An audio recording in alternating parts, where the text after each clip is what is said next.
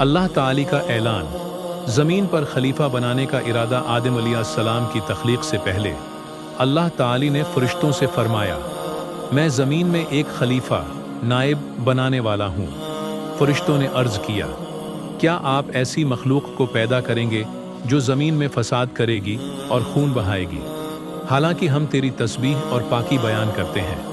अल्लाह ताली ने जवाब दिया, मैं वो जानता हूँ जो तुम नहीं जानते। ये अल्लाह की हिकमत और इल्म का इजहार है जो हर मखलूक के इल्म से बढ़कर है। हज़रत आदम अलैहिस्सलाम की तख्लीक। अल्लाह ताली ने हज़रत आदम अलैहिस्सलाम को काली मिट्टी और गारे से पैदा फरमाया। हमने इंसान को बजने वाली मिट्टी, सांचे में ढली हुई मिट्टी से पैदा किया। फिर अल्लाह हमने इंसान को बजने वाली मिट्टी, सांचे में ढली हुई मिट्टी से पैदा किया। ताली ने आदम के जिस्म में अपनी रूह फूंकी। जब मैं उसे मुकम्मल कर दूं और उसमें अपनी रूह फूंक दूं तो तुम सब उसके आगे सजदा करो। तफासीर में आता है कि हज़रत आदम की लंबाई 60 हाथ तकरीबन 99 फुट थी। इल्मी अशिया।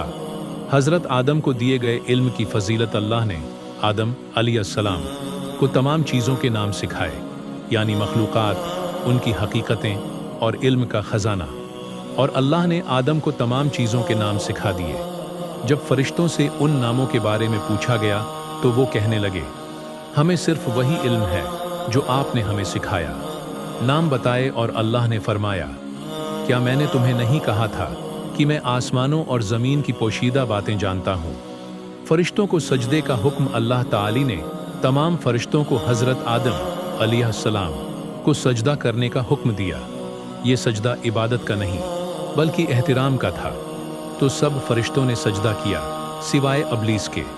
अबलीस की तकब्बुर और हटना नाफरमानी। अबलीस जन्नत में से था, आग से पैदा किया गया था और पहले बहुत इबादत गुजार था।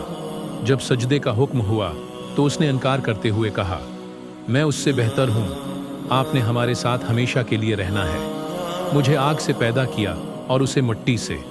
ये तकब्बुर और नस्ली गुरूर का पहला गुनाह था। अल्लाह ताली ने फरमाया, जन्नत से निकल जा, तो यहाँ तकब्बुर करने वाला नहीं बन सकता, तो जलील व ख्वार होगा। अबलीस ने क़ियामत तक मोहलत मांगी जो अल्लाह ने दे दी। फिर उसने कसम खाई, मैं सबको ज़रूर गमराह करूँगा सिवाय तेरे मुखलिस बंदों के। हज़रत हव्वा की तख्लीक। आदम अलैहिस्सलाम के दिल को सुकून देने के लिए अल्लाह ताली ने उनकी बाएं पसली से हज़रत हव्वा को पैदा फरमाया। जब हज़रत आदम नींद से बीदार हुए तो उनके साथ हज़रत हव्वा मौजूद थीं। ऐ लोगों, अपने रब से डरो जिसने तुम्हें एक जान से पैदा किया और इसी से उसका जोड़ा बनाया। ममनुआ दरख्त और पहली नाफरमानी। अल्लाह ताली ने जन्नत में सब कुछ अता फरमाया, लेकिन एक दरख्त के करीब जाने से मना फरमाया। उस दरख्त के करीब न जाना वरना तुम जालिमों में से हो जाओगे। अबलीस ने उनके दिलों में वसवसे डाले, क्या मैं तुम्हें ऐसा दरख्त न बताऊं जो हमेशा की जिंदगी दे और ऐसी बादशाहत जो कभी ख़त्म न हो। आखिरकार वो धोखे में आ गए और दोनों ने उस दरख्त से खा लिया। उनके सत्र खुल गए और वो पते लेकर खुद को छिपाने लगे।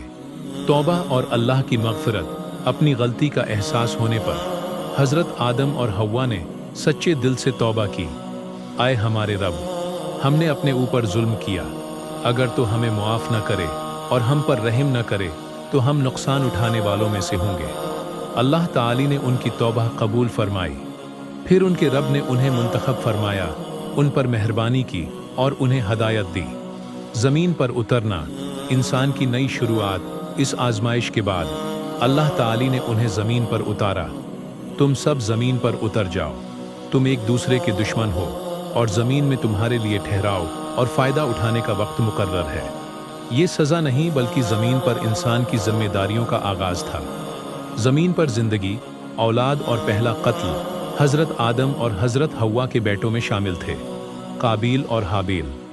अल्लाह का कानून था कि हर बेटा अपनी बहन के बजाय दूसरे भाई की बहन से निकाह करे। काबैल ने हसद की वजह से इनकार किया और उसके दिल में कत्ल का इरादा पैदा हुआ।